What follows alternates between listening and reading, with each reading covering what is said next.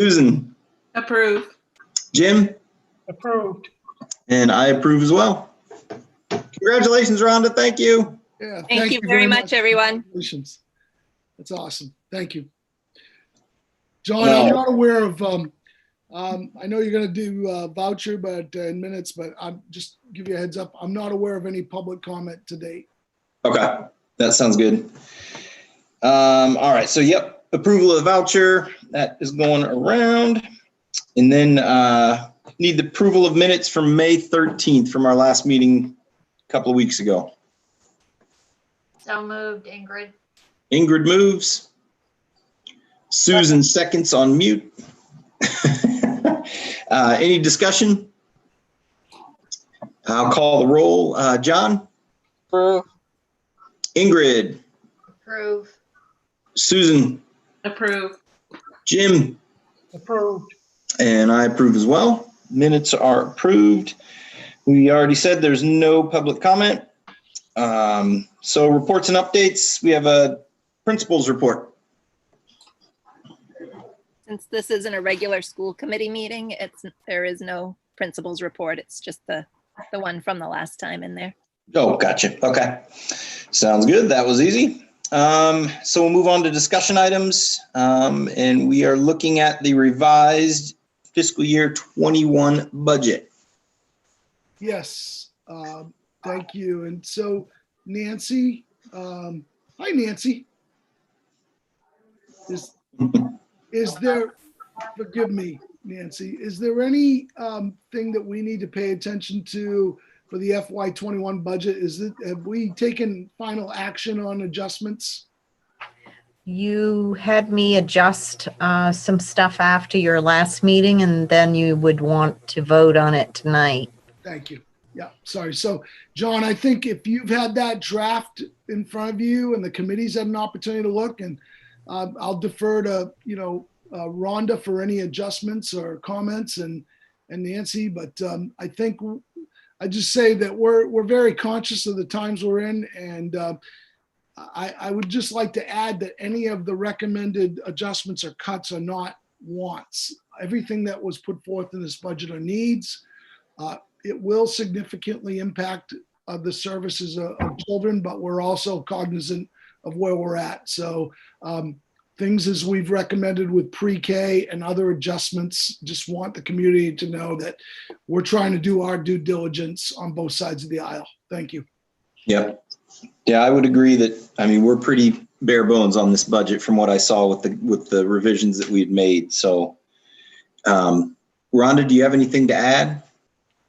No, just that I would echo what both you and Mark just said. It is a bare bones budget. We only put in the things that we absolutely needed to have. Some of the things that we took out were still things that we would need, but there's only so much money, and we need to be fiscally responsible and help out our community. So this is one way that we can do that.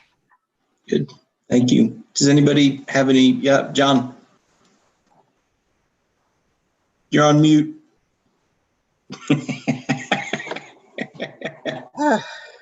There you go. Did we want to discuss the stipend structure stuff before we move forward with the budget? Just because I think Ingrid wanted to discuss that as part of the reason we set aside the budget last time. Am I right? I believe, if I may, and it was part of, I believe Ingrid's question was about the payment of stipends. Okay. And but I'll defer to Ingrid. But I think it was about whether or not with this spring we release stipends, but the practice of what the board may consider doing in the fall, I think was the question. Am I wrong about that, Ingrid? No, you're right. I think I don't think I was the only one who was curious about what the stipends look like and what positions were stipended. And then I think that I know that I had said that we need to have a discussion at the AOS level about in the fall, if sports aren't happening and other things aren't happening and we're virtual, then I think we need to look at what stipends we shouldn't be paying, because I think it goes along with what we're talking about relative to the budget. I mean, we shouldn't be paying money out if there's ways, do you know what I mean? And if somebody is doing the job that's stipended during the course of their normal day, even if we're virtual, that's a separate conversation to things that are not happening because we're virtual. So I think that I get why we did it in the spring, but I don't think we can continue to do that going forward if the dynamics aren't like a normal school situation. Yep. Does that answer your question, John? Yep, thank you. Good. Any other questions or discussion about the budget? All right. Does someone want to make a motion? Does somebody have it open for the final John, number? Yeah. If I may, can we just ask Nancy to verify what the number the board may consider with those cuts and adjustments? I just want to make sure that, double check that you guys are fine with that. Okay. Okay. I have a total budget figure of $4,892,892.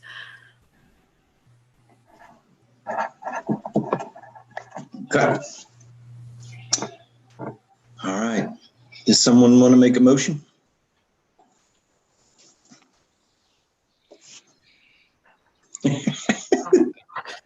I'll move to approve the FY21 budget at $4,892. All right. Susan made a motion. Do we have a second? Second, Ingrid. Ingrid seconds. Any discussion? I'll call the roll. John? Approve. Jim? Jim? Approved. Susan? Approve. Ingrid? Approve.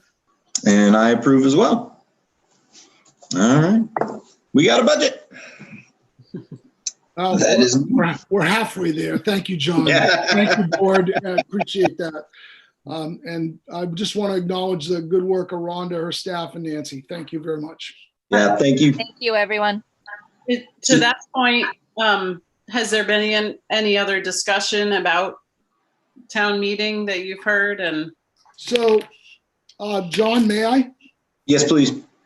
I copied John on a message today, and I probably should have done the whole AOS board, but I was contacted by a reporter today who asked questions about town meetings, and I just want to emphasize that we're poised and we're open to working with all of our towns on holding a town meeting. The piece that we're going to have to be aware of is how we can manage that through the governor's guidelines and CDC protocols and all of that.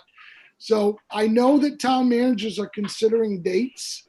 I'm just not sure yet of the logistics of how we would do that. Our schools are closed and quarantined, but I want to be careful when I say that to say we're open to working with people on how we could do it safely if that's how people want to advance it. Obviously, the largest facility on the island is the high school gymnasium.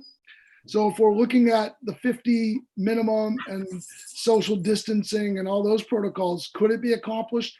Possibly. There's going to be a lot of things operationally with security and things of that nature to make sure. And that really isn't the school department's purview, but overall, Susan, I just want to make sure that folks know we're open to working with our town managers in our towns.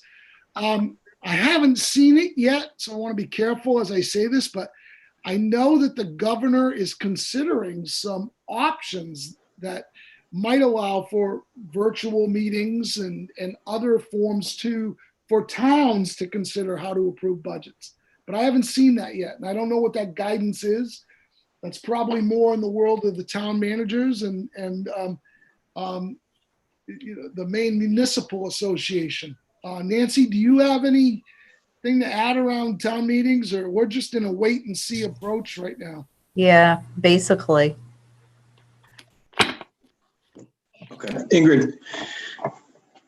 So I saw the email that you sent out, and It sounds like Bar Harbor wants to utilize the high school for their town meeting. And so I would think that it would make sense for us to proactively craft parameters under which they could use the building. And then that can be duplicated for anybody else who wants to use it. I mean, I think that we should be driving the bus as to how it looks, how people come into spaces, what spaces can be used, asking Josh how there's a way to visually have people in the library know what's going on in the gym, if that's where people are structured.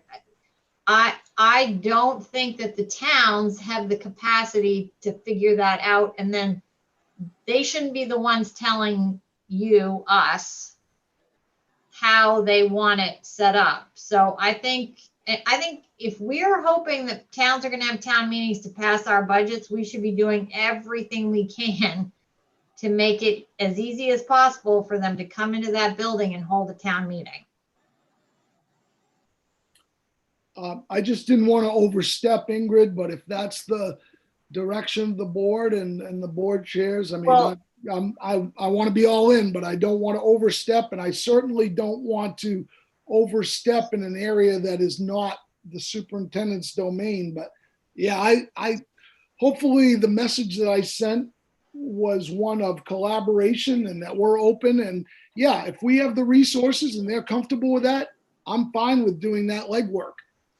so my takeaway from the correspondence wasn't that we're here, come on in and we'll, I think you, I mean, it wasn't a bad correspondence. I just don't think that it was as open and as it could have been if we're trying to send the message to them that we're willing to figure this out with them. So who do you want? Do you want it to be the high school board? Do you want it to be the AOS? Who do you want to say to you, you have our permission to do this with the towns?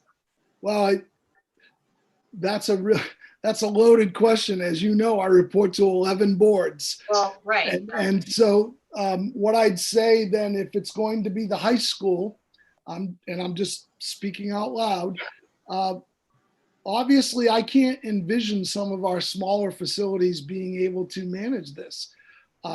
And again, this is all predicated on what each town charter says in terms of where they hold the meetings. But if we're looking for the safest option, it's probably the largest option. And I don't foresee a larger option than Mount Desert Island High School.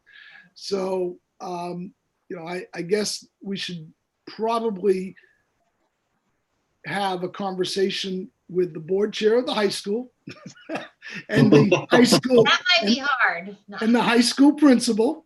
And it might be, again, the consideration might be to depending upon how that conversation goes, reach out to the high school board. But I don't want to shut down any local boards from also doing that. But I logistically and operationally can't see other schools being used for that purpose. But maybe I'm wrong. I also have to, when you're saying or asking us to plan it and manage it, yes, but I do think there's a domain with public health and safety that needs to be involved here that goes beyond the schools. We can facilitate, but the pieces like there are some things that are beyond our wheelhouse, because honestly, as you know, Ingrid and others, we're setting up an advisory group and task force to consider that very thing about how we can safely consider reopening our schools. So that's the goal.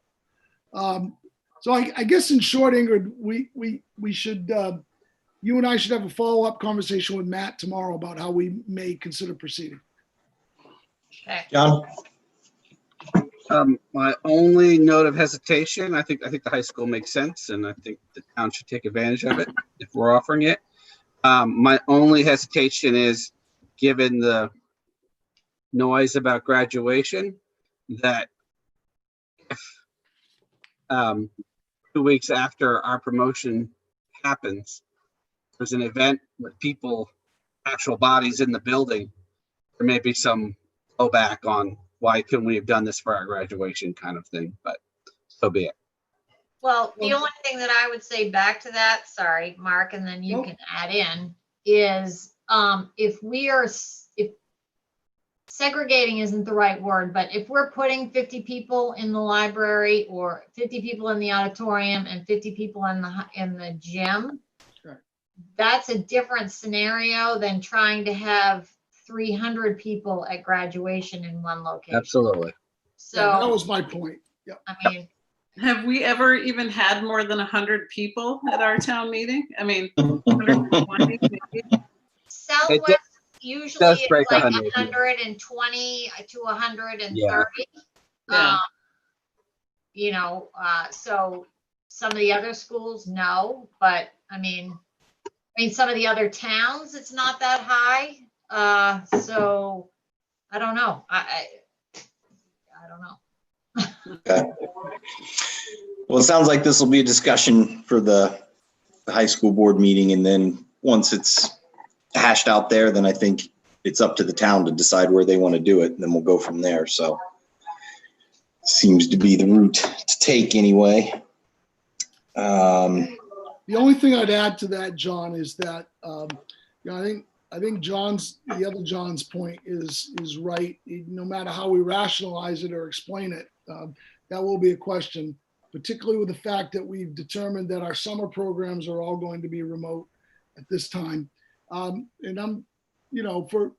I just want to make sure that we do our due diligence. We don't send mixed messages. I agree with Ingrid that, there's a fine line between overstepping and collaborating. And at the end of the day, we'll work to figure it out.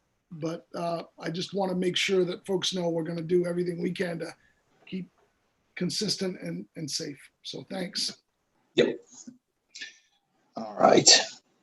Next discussion item is the review of the stipend structure. If we wanted to, Ingrid, did you have more questions about that? No, I wasn't the only one who had questions about this. Yeah. Susan. I'll say it wasn't even specific questions. It was just, we haven't looked at this in years, and this board has never looked at it collectively. Yeah. I mean, I don't know if we've ever looked at it with Rhonda, frankly. And I think it would be worth going over just so we're all aware of the process of, the salary factor, the experience level. What is the scale there? I know that there's a committee that goes over all of this and talks about how these numbers are decided, but that, I feel like we should know. Yep. So I knew at one point, and I've just, it's been years. My case over, it does look like there's some inconsistencies, but maybe reasons for them that I don't understand. I'm just pulling it up now. Yeah, so I guess for question one, who of this group does know how this is? Nancy? I can kind of give an overview of, there is a group that meets and decides what the time and responsibility factors are based on number of children that are participating and what the level of responsibility and everything is. As far as what is it a 1 to 10 scale? It looks like maybe 1 to 5 scale. What is? They have I think it goes to, let's see, I'll have to look in the contract. I can't remember the highest that it goes. It basically, on some of it's the number of hours is when you get into the time factor, it's you'll see a couple that will be 1.5. It's between X and Y that the number of hours in between there is what you plug in for a figure. It's in the contract itself, basically. And I don't have it right in front of me, but I can pull it up if you want. Rhonda does. Oh, okay, good. You got it? Yeah, for every 35 hours, there's the time factor increases by a half. Mhm. So the time factor is 0.5 for 35 hours, 1 for 70, 1.5 for 105, and it just keeps going. Gotcha. Okay. I can't remember how high it goes. It goes up to 1,400 hours or a time factor of 20. Oh, okay. And then responsibility factor? The responsibility factor goes from 1 to 12. It's based on number of participants, amount of care and supervision of school property, degree of activity and involves the public, care and handling of finances and budget, instructor emphasis, degree of responsibility for care, prevention of injuries, supervision, supervisory responsibilities, degree of involvement during weekends and vacations and holidays, and the number of programs and assistants supervised. And then is that what creates the index then? Yeah. The time factor plus the responsibility factor times an experience factor equals the salary. Okay. And the experience factor, I think it's based on but this one's a little unclear. It's based, Based on the step that they're on, right? no, it's based on their experience in the sport or the activity that they're in. And it's based on this bachelor's scale. And if you see a 0 experience, it's step 0. And then for every year of experience that they have in the activity, it goes up 3 steps on the scale. So it goes from step 0 to step 18 within, at 6 years of experience, you're at the max at step 18 on the bachelor's. And then you multiply that salary times the index of which is the time plus the responsibility. And that will give you your salary for the stipend. Wow. John, Yeah. as confusing or as convoluted as that sounds, I can tell you that that's not an uncommon formula that's used in variations in many school departments. So I don't want the board to be looking at it with glazed over eyes thinking, what is this? It is a common metric used across many public schools, not just in Maine, but across the region. It seems to be very well thought out to me. I mean, as convoluted as it is, it certainly seems to, it has rhyme and reason for how it works, at least. It's analogous to your teacher's scale in some respect, and it tries to award experience and longevity in that, a first-year coach or advisor coming in is going to be different than a 15-year coach or advisor, as would be a teacher. And so that's the rationale behind it. I just wanted folks that may not have had experience with it to understand this is not an uncommon formula, but it's important to look at it and understand it and be able to rationalize it. Okay.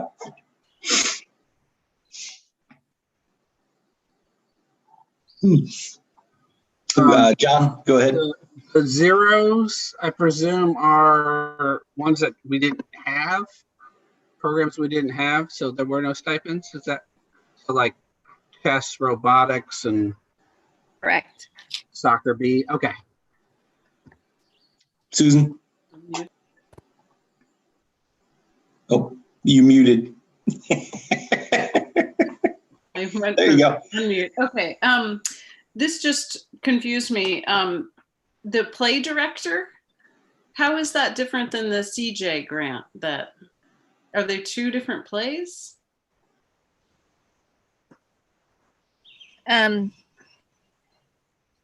Because I thought it wasn't in our budget, I guess. The time that she puts in is not what we can budget for it. It's not correctly compensating her for her time. So we augment it with the CJ grant. So it's the 2 pieces coming together to actually pay her for her time. Okay. I mean, I just think that's fine. it just should be mentioned in the CJ grant. I mean, for years, we've been talking about putting this in the budget as a budget item, but it's already here. You know, it's maybe not accurate in the budget, but, Mhm. and, you know, we had a long conversation about taking it out of the budget this year, which led me to believe we weren't going to be having that. So, yeah, okay. That's it. That was my only question. Okay. Anybody else have any questions or comments? Thank you for putting that all together and explaining it. That helps a lot. I had, like Ingrid and Susan said, I had no idea how it worked, and that's good that we took a look at it and can see where all that's going.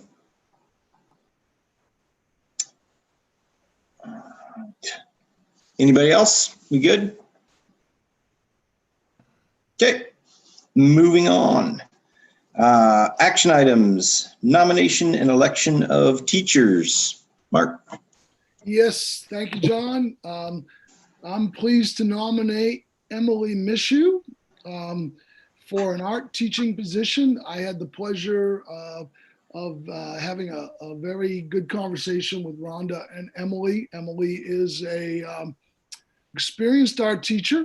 She's had experience in a couple of different places, Colorado and Belfast, Maine. She's no stranger to the island. She was a counselor at Camp Beechcliff from 2016 to 18.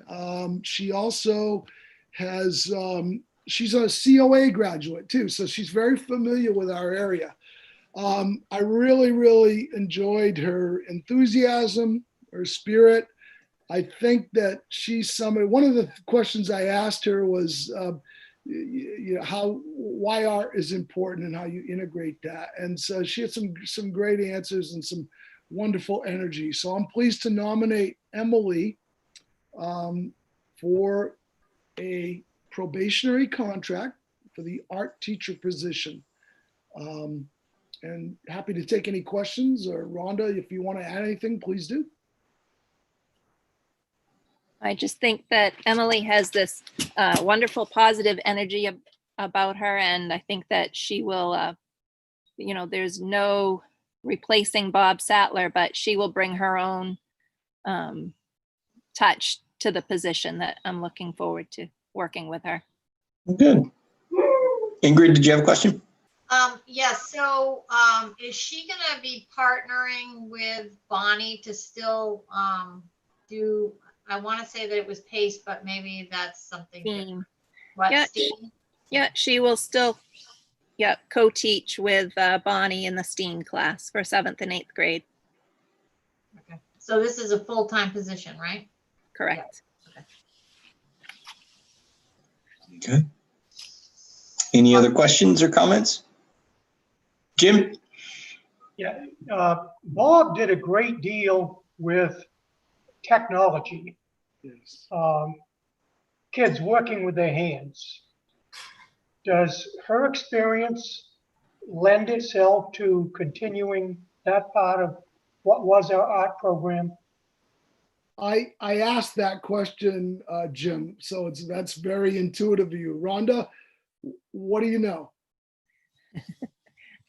I think that that's not maybe her strongest point, but she's also very excited to get in there and learn and make that part of the art program.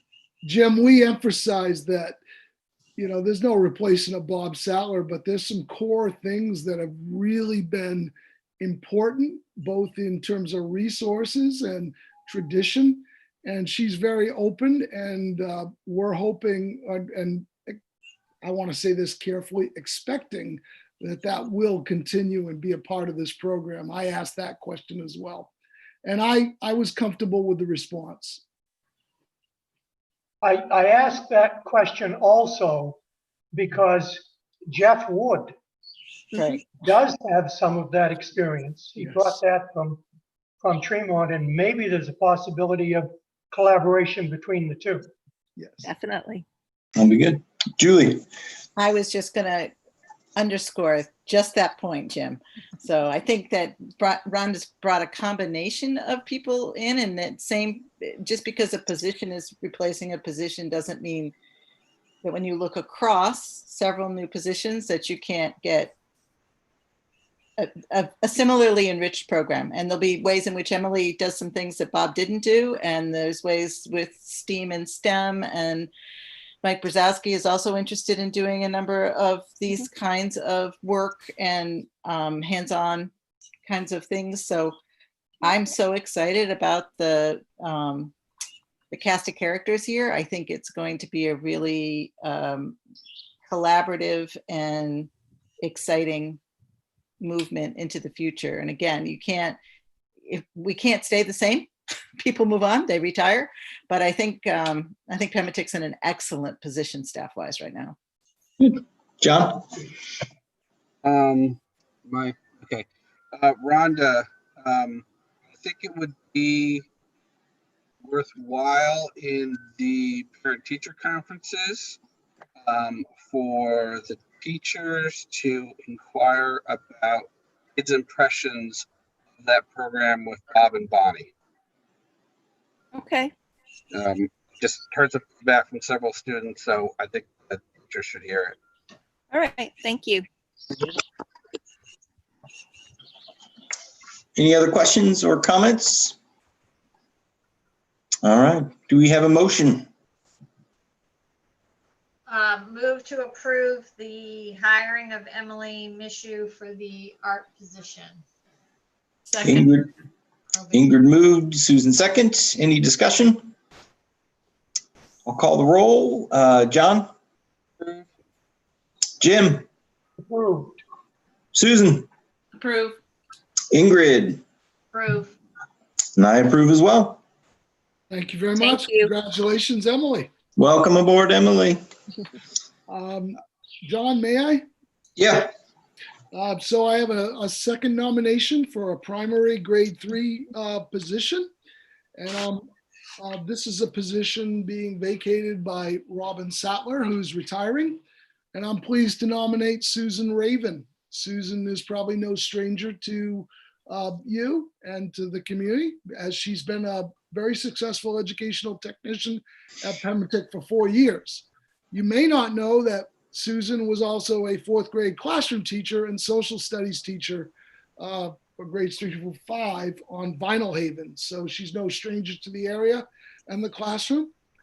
And additionally, she holds experience as a science specialist. She worked in a K-5 school in Chapel Hill, North Carolina.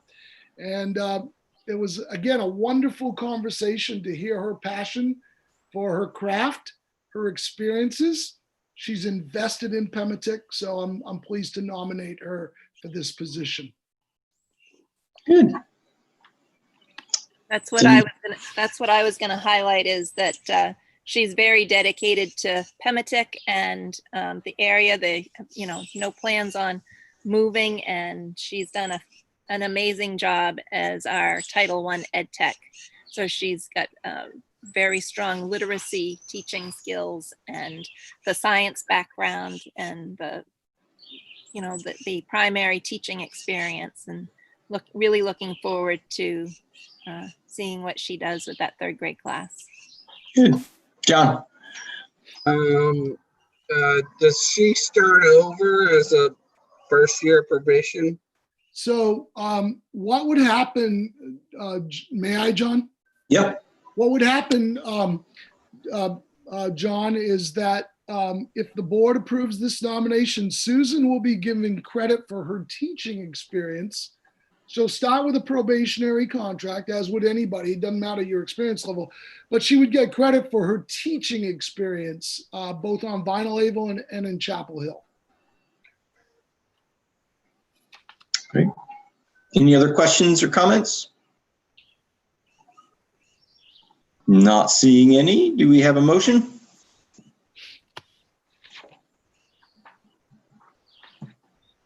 I Anyone? move to, I move to accept the nomination of Susan Raven as primary grade teacher. Susan moved. Do we have a second? Second, Ingrid. Ingrid second. Any discussion? I'll call the roll. John? Thumbs up from John. Jim? There you go. Jim approves. Susan? Approve. Ingrid? Approve. I approve as well. Congratulations, Susan. Thank you very much, and congratulations, Susan. John, may I? Yes, please. And the next piece, Nancy, just verify that this is correct, because I know I did my homework and this is straight from you. I would like to recommend to the board the following transfer to reserve funds from the 2019-2020 approved budget. I'll read them to you, and if it's the will of the board, you can do them as a slate or separately, pull them out. The first recommendation is to the bus reserve. Recommendation to transfer $23,000 to the bus reserve through the 2019-2020 approved budget.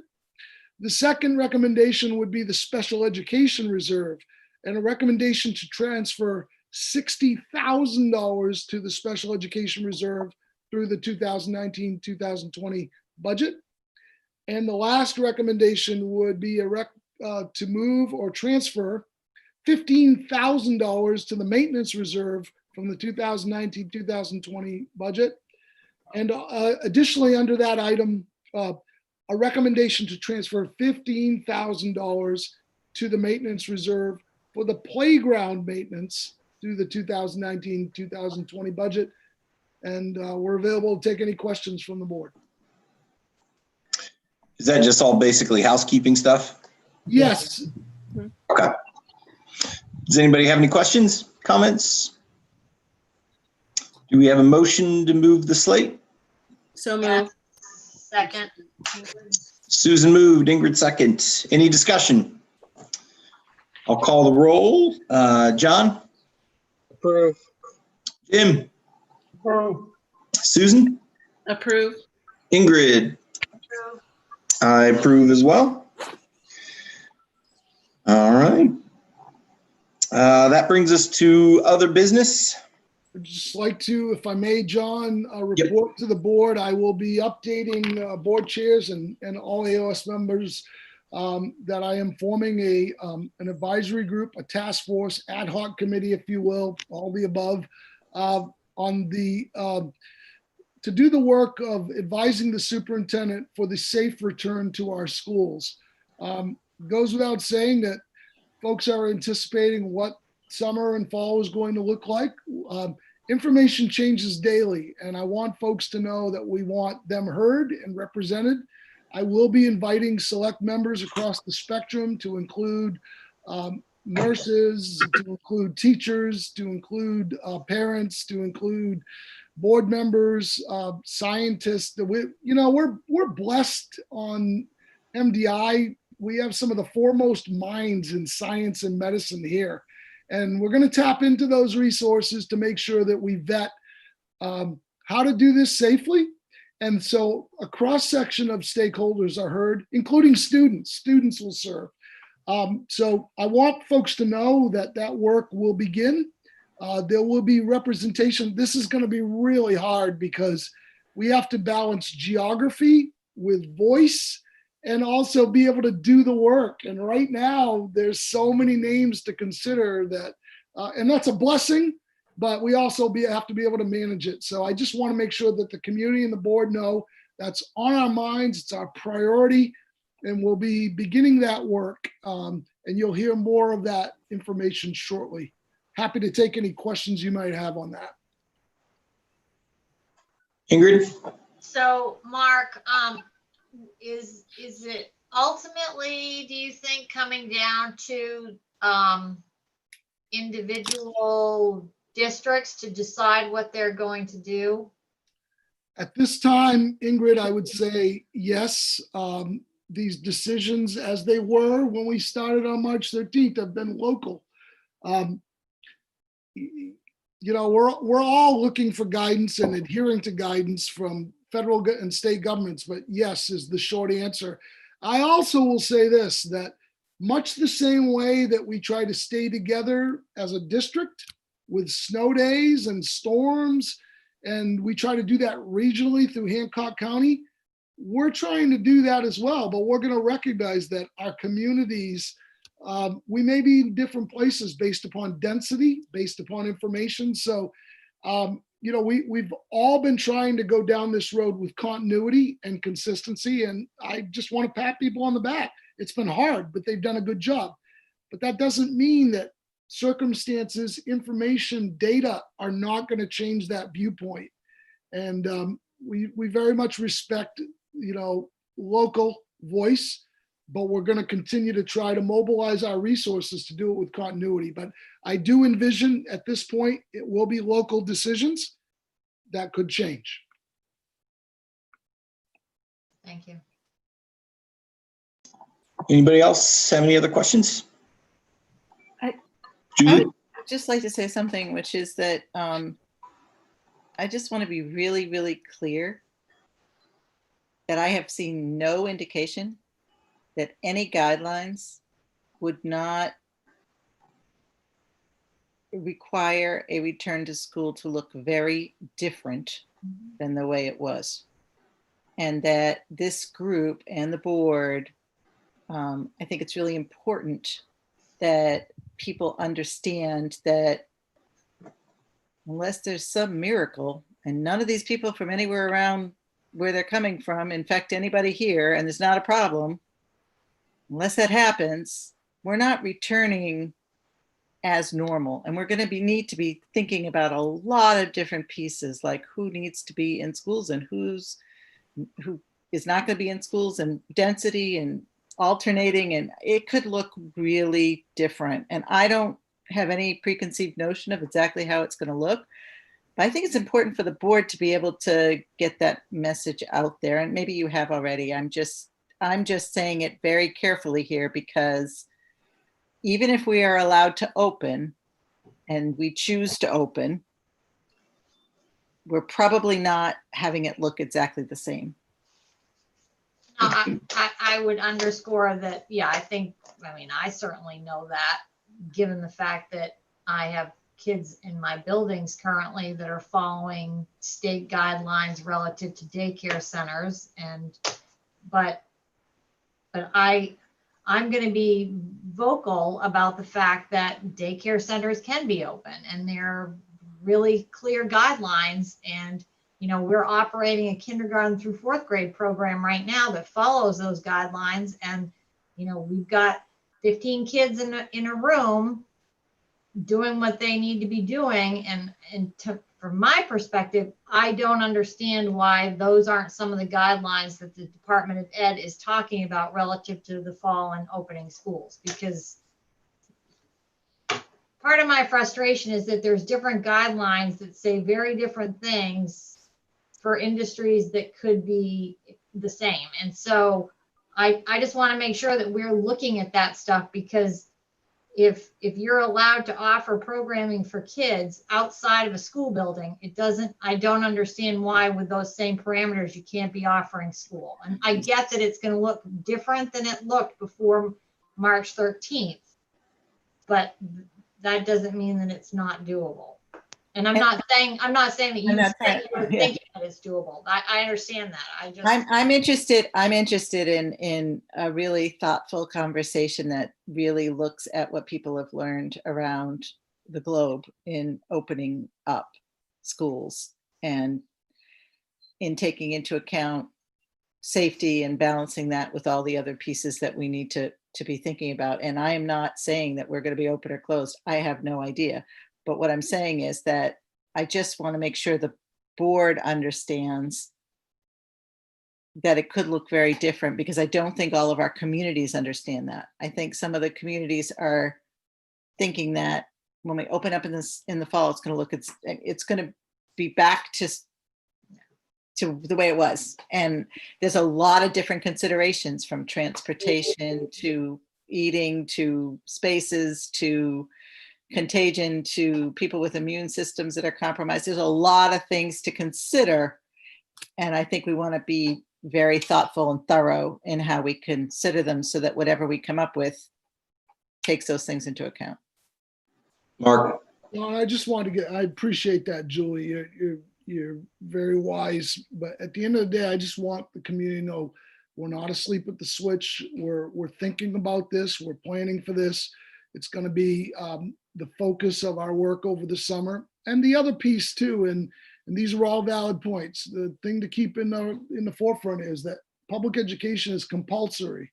And so we have to balance that with the differences on choices people may choose to make. And so we're aware of that, and we're aware of the fact that we want to be able to have kids and staff back in school, but we are going to balance that with safety. And so that's the goal of this group, and that's the work that we're going to do, and to make sure that there's voice and that we have context to any decisions and recommendations we make. Thanks. John, do you have a question or comment? Just that I have a strong suspicion the budget we just approved, no matter, like, if there's some form of us going back to school, there's going to be new line items required in the budget regarding PPE and any number of other things that we'll be revisiting or appropriating from carry forward or what have you. But the other thing we're moving into is next year, the teacher contract negotiation stuff. I'm mildly anxious about whether there's going to be new demands on health and safety from their side that we'll have to take it into account when we get to that point. Yeah, it's going to be a whole new world, that's for sure. I'm sure we'll have to revisit a whole lot of different things, and it's going to be interesting. Anybody else? Any other business comments? Ingrid? So when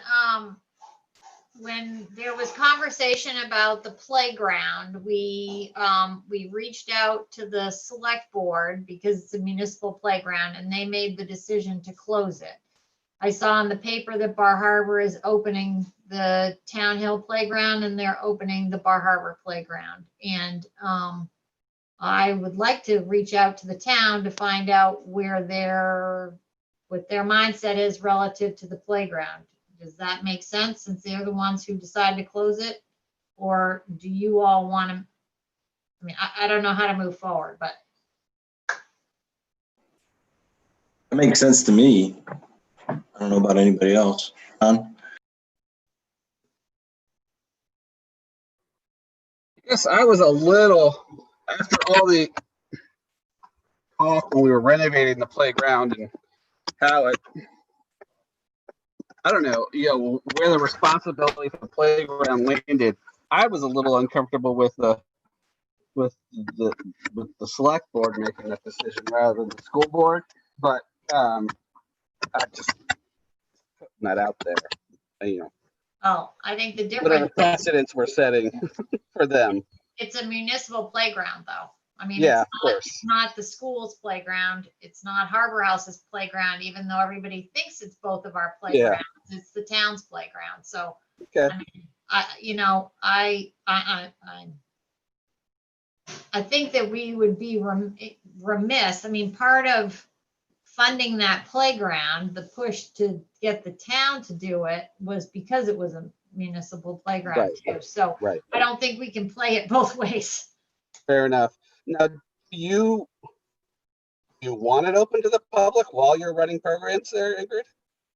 Well, I don't think that we have the right to say that it can only be open. I mean, I think it's either open or it's not open. Okay. So I don't know what the town is going to want to do. We've contemplated, like, do we get some kind of solution that you can spray down, but now there's all kinds of evidence that the sun kills it and that the surface to surface contact is not an issue to the degree that everybody thought that it was. So Bar Harbor is not doing any kind of cleaning. They are just, they've got a disclaimer up, I guess, or they're going to be putting a disclaimer up saying, parents use at your own risk or whatever. So, so that's, yeah, I don't Sure. know. I don't know what the town's mindset is relative to it. I mean, to me, it would seem if as of June 1, you can have groups of 50 that are social distancing and you can be wherever you are doing that. I don't know why we wouldn't. It just seems to me like it's the time to start opening it when everything else is starting to open up, but that's. Yeah. I attend their meetings regularly and be happy to, if John, you want to send a message to them to put on the agenda, I'll be happy to speak for the. Okay.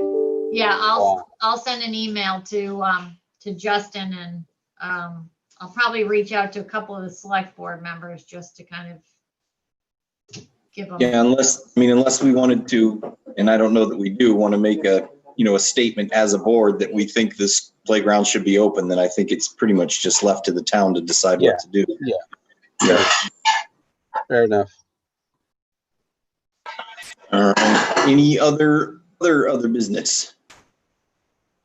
The only thing, John, if I may add, is that respect that. I just hope that whoever makes that decision, they do that disclaimer just to make sure people are aware of the risk if we're going down that road, because they may assume that it's a school playground and we know it's not. So I think that's an important point. Thanks. Yep. Anybody else? All right. No more public comment, I assume, came in during the meeting? I'm not aware of any, John, but if we get any, obviously we're going to forward it to the board for the next meeting. Sounds good.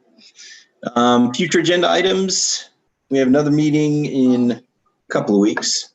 Yeah, I'm going to ask, or I would request the board consider approving the hiring authority for the superintendent over summer months. However, that might be moot because we're going to plan on updating and meeting regularly, but that's a piece. I'm conscious of the fact of the times we're in and the actions you just took, and I'm going to want to make a recommendation around lunch prices. Just to give you an advance notice, given the times we're in, my recommendation is going to be no increase to lunch prices for students or adults for the forthcoming year, and I'll provide a matrix for that. Anything Nancy or Julie or Rhonda might add, or the wishes of the board, but those are at least the items I think we need to be paying attention to. Are we going to stick with our second Wednesday of the month meeting schedule, or are we winging this? I hope we do, because again, with the amount of boards that we're trying to manage, the continuity of that schedule is very helpful, but certainly we'll work with the board. We understand your schedule, but it would be very helpful for us if we could maintain that continuity. Yeah, I would rather maintain that continuity so that, we know far enough out and we're not just finding out, a week before that we've got a meeting the following week. Right. And you can always, if they're scheduled, that's great. You can always cancel them or defer them or amend them. So yeah, I think I'll work with Selena on getting a matrix out with all the board chairs to see these are the preliminary meetings we see happening to update for the summer. So then June 10th would be, in theory, our next meeting. Correct. So do you guys want to continue with that date? Do you think you have stuff that you want to talk about in 2 weeks? Well, we'll have the lunch prices. We'll have, Rhonda, do we have any more positions that you are going to be recommending? No, not at this time. We hope not. Yeah, right. So it may be a very quick meeting, but again, we'll have at least a couple items, and who knows, there might be some updates on programming. Will we need to fill Susan Raven's position? Well, that'll be an ed tech. So the board we report those to the board. It's a support staff. The Okay. board approves the nominations of teachers and administrators. Okay, sounds good. Anything else? We know the date and time of next meeting, approximately June 10th, approximately 5 o'clock. All right. I think we're good. Do we have an emotion to adjourn? So moved, Ingrid. So moved, Ingrid. Second, Susan. Second, Susan. All in favor, click the little X in the top right corner. Yeah. Bye, everyone. Bye, everybody. Hi, everybody. you. Thank you.